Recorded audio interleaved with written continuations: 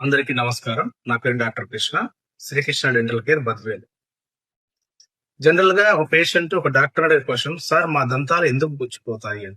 అప్పుడు డాక్టర్ ఏమిటంటే సరిగ్గా శుభ్రం చేసుకోకపోతే పుచ్చుతాయి అని చెప్తారు. కానీ పేషెంట్ దానికి యాక్సెప్ట్ చేయడు. సార్ మేము బాగా బ్రష్ చేస్తామని చెప్తారు. బట్ బాగా బ్రష్ చేయడం అంటే ఎక్కువసేపు బ్రష్ చేయడం కాదు, చక్కగా అన్ని వైపులా దంతాలు శుభ్రం చేసుకోవాలి.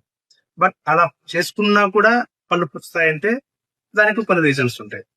మనం ఆహారపు అలవాట్లు, జనరల్ గా మనం తాగేటువంటి కూల్ డ్రింక్స్, బెవరేజెస్, చల్లటి పదార్థాలు ఎక్కువ తీసుకోవడం, ఐస్ క్రీమ్స్ ఎక్కువ తీసుకోవడం, ఈ పదార్థాలు ఎక్కువ తీసుకోవడం వల్ల మనం రెగ్యులర్ గా తీసుకోవడం వల్ల ఏమవుతుందంటే మన దంతం పై పొర ఎనామిల్ పైన సన్నటి రంధ్రాలు ఏర్పడతాయి. వాటిని మైక్రోపోరోసిటీ అంటారు.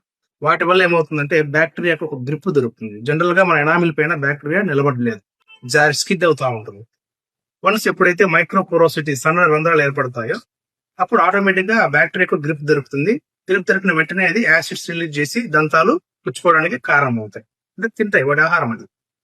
అదే విధంగా స్టిక్కీ ఫుడ్స్ లైక్ చాక్లెట్స్, అలాంటి స్టిక్కీ ఫుడ్స్ తిన్నప్పుడు కూడా అక్కడ ఆ చాక్లెట్ అతుక్కుంటుంది. ఎప్పుడైతే చాక్లెట్ అతుక్కుంటుందో ఆ బ్యాక్టీరియాకు గ్రిప్ దొరుకుతుంది, అంటే ఒక హోమ్, ఒక షెల్ మనమే దానికి ఏర్పాటు చేసినట్టు అనమాట. సో మళ్ళీ ఆటోమేటిక్ గా అది పన్ను పుచ్చుకోవడానికి కారణం అవుతుంది. కాబట్టి శుభ్రంగా చేసుకోవాలి. శుభ్రం మీన్స్ 40